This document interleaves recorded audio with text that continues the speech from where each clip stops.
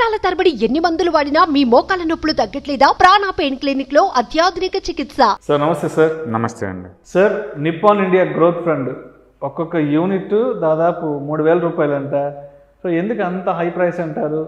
And Nippon గురించి నేను చాలాసార్లు విన్నాను. ఆల్మోస్ట్ ఒక 28 years 28 years back 1 lakh invest చేస్తుంటే ఇప్పటికి 2 కోట్లు 3 కోట్లు అని చెప్తుంటారు కదా.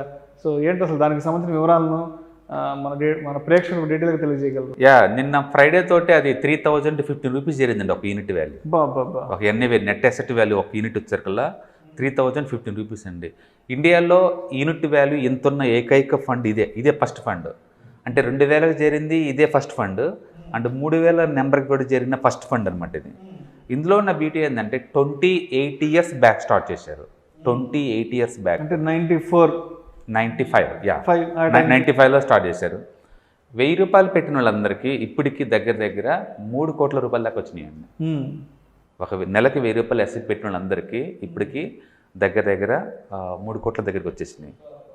Okay, one of the best fund అండి. ఇండియాలో మ్యూచువల్ ఫండ్ ఇండస్ట్రీని ఒక టర్న్ తిప్పింది అనమాట. మనీ సంపాదించడం టఫ్ అండ్ కరడుపతి అవ్వటం చాలా టఫ్ అనుకున్న పబ్లిక్కి ఎస్ఐపి ద్వారా ఎవ్రీ మంత్ కొంచెం అమౌంట్తో కూడా ఎంతకంత సంపాదించుకోవచ్చు అని ప్రూవ్ చేసిన ఫస్ట్ ఫండ్ అనమాట ఇది.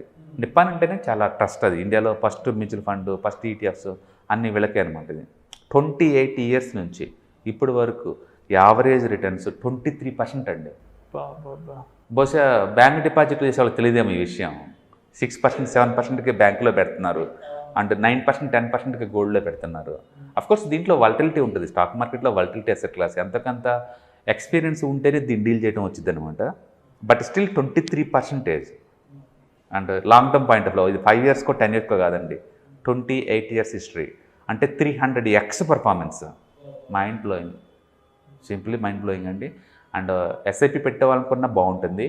అండ్ ఎస్డబ్ల్యూపి రిటైర్మెంట్ దగ్గరలో ఉన్న వాళ్ళు కూడా ఇది బాగుంటుందండి బేసికల్గా.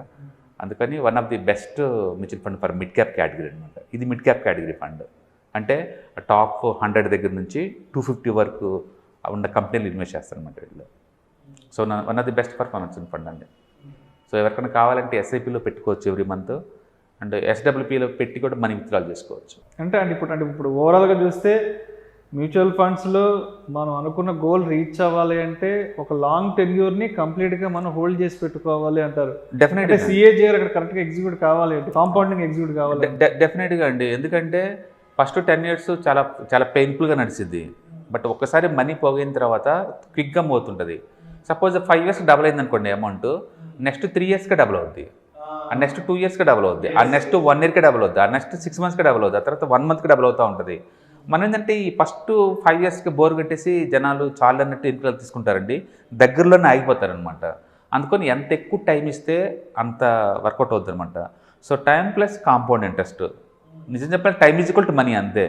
మీరు ఎంత అర్లీగా స్టార్ట్ చేస్తే అండ్ అంత త్వరగా కాంపౌండ్ అయ్యే ఛాన్స్ ఎక్కువ ఉంటుంది అనమాట. కాబట్టి ప్లాన్ చేసుకోవటం చాలా ఇంపార్టెంట్ అండి. ఇవాళ రేపట్లో ఎంత డబ్బులు సంపాదిస్తున్నామని కాదు, డబ్బులు సంపాదించడం చాలా ఈజీ, వాటిని నిలబెట్టుకోవటం, వాటి చేత వర్క్ చేయించుకోవటం చాలా టఫ్. అందుకని ఇలాంటి వాటిలో 1-2 మనం పెట్టిన lot of money can create అనమాట. ఇక్కడ ఇంకో విషయం కూడా మాట్లాడుకోవాలి. ఇప్పుడు ఆల్మోస్ట్ 94-95 ఇన్వెస్ట్ చేసిన వాళ్ళు ఎంతమంది ఇప్పటివరకు వెయిట్ చేస్తుంటారని కూడా అది కూడా ఆలోచించారు. అందుకని ఇది బిహేవియరల్ సైన్స్ అండి. ఫినాన్స్ అయితే ఫినాన్స్ కాదండి, ఇది బిహేవియరల్ సైన్స్ అనమాట. మనకు ఎంత నాలెడ్జ్ ఉందనేది ముఖ్యం కాదు, ప్లానింగ్ ఉందా లేదా అనేది. మార్కెట్ పడ్డప్పుడు మన బిహేవియర్ ఏంటని important. Suppose market all time high అనగానే చాలామంది విత్డ్రాల్ చేసుకుంటారు ఎక్కడ పడిపోద్దో అని.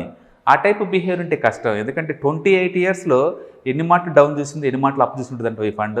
ఒక మనిషి జీవితకాలం, ఒక జీవితకాలం ఎంతమంది ఫండ్ మేనేజర్స్ మార్చారు, ఎన్నిసార్లు పెసిమిస్టిక్ ఆప్టిమిస్టిక్ వ్యూస్ అన్ని డిస్కౌంట్ చేసుకుంటూ ముందుకెళ్ళింది.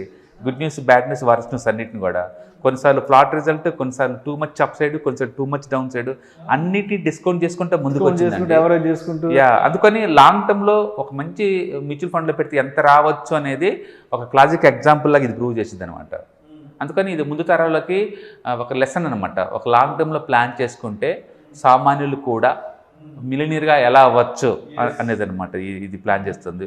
ఊహించుకోండి, జస్ట్ మంత్లీ 1,000 రూపాయలు పెట్టిన వాళ్ళకి ఈ 28 ఇయర్స్లో రఫ్గా 3 కోట్ల దాకా వచ్చి ఉంటుంది అంటే ఊహించుకోండి ఎంత పెద్ద అమౌంట్ అది క్రియేట్ చేస్తుందో.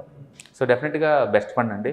ఎస్ఐపి కైనా బాగానే ఉంటుంది, ఎస్డబ్ల్యూపి కైనా బాగానే ఉంటుంది. ఇది కాబట్టి రిటైర్మెంట్ ప్లానింగ్ కోసం కావాలన్నా, లేదా ఒక ఎడ్యుకేషనల్ ప్లానింగ్ కావాలన్నా, ఒక హౌస్ కొనుక్కోవడానికి ప్లాన్ చేయాలన్నా, ఒక టూర్కి ప్లాన్ చేయాలన్నా సరే అన్ని రిక్వైర్మెంట్కి ఇది ఈక్వలెంట్గా సూట్ అవుతుంది. సో అంటే మొత్తంగా చెప్పాలి అంటే ఒక ఇన్వెస్ట్మెంట్కి సంబంధించిన పూర్తి స్థాయి రిజల్ట్స్, పూర్తి స్థాయి ప్రతిఫలాలు చేతికి రావాలి అంటే ఒక లాంగ్ రన్ అనేది ఉండాలి, ఒక లాంగ్ టెన్యూర్ అనేది ఉంటేనే డెఫినెట్గా దాని మీద ఆ కాంపౌండింగ్ అనేది వర్కౌట్ అయ్యి ఆ results end of the day మనకి చాలా పెద్ద స్థాయిలో చేతికి వచ్చే అవకాశం ఉందంటారు. అవును, డెఫినెట్గా. ఎందుకంటే చాలామంది 23% అంటే 1 yearకి 2 yearsకి వచ్చి తర్వాత పడిపోద్ది అంటారు.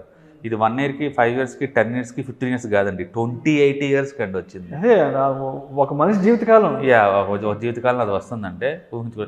చాలామంది డౌట్ అనమాట, మ్యూచువల్ ఫండ్ క్లోజ్ చేస్తేనో, మ్యూచువల్ ఫండ్ పోతేనో, వాళ్ళు పెట్టిన కంపెనీస్ దివాలా తీస్తేనో, ఫండ్ మేనేజర్ మారితేనో, ఇలా గవర్నమెంట్ మారితేనో అంటారండి. 20 years అన్నీ మారిపోయినాయండి, బట్ స్టిల్ ఇట్ జనరేటింగ్ ప్రపంచమే మారిపోయింది. పేపర్ వర్క్ నుంచి డిజిటల్ వర్క్ మారింది, స్టిల్ అది ఉంది, అది ఇంకా ఉందండి. Thank you sir.